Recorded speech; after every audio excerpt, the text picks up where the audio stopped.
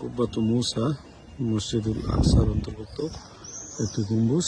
হযরত মুসা আলাইহিস সালাম এখানে শায়িত আছেন, কারণ আল্লাহর রাসূল সাল্লাল্লাহু আলাইহি ওয়াসাল্লাম বলেছেন, মসজিদে আকসা থেকে অর্থাৎ মসজিদে কিবলি ওখান থেকে যদি ঢিল মারে, সেই ঢিলটা যতটুকু দূরে যাওয়া সম্ভব ততটুকু দূরে হযরত মুসা আলাইহিস সালামের মাজার।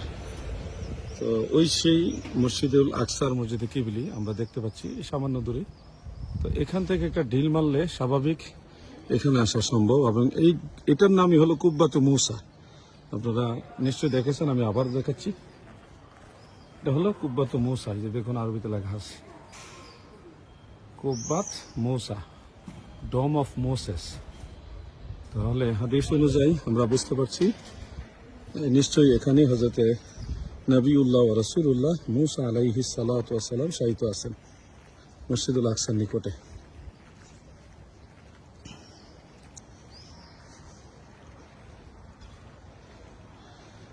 প্রাচীন আমল থেকে এখানে একটা মসজিদ তৈরি করা আছে।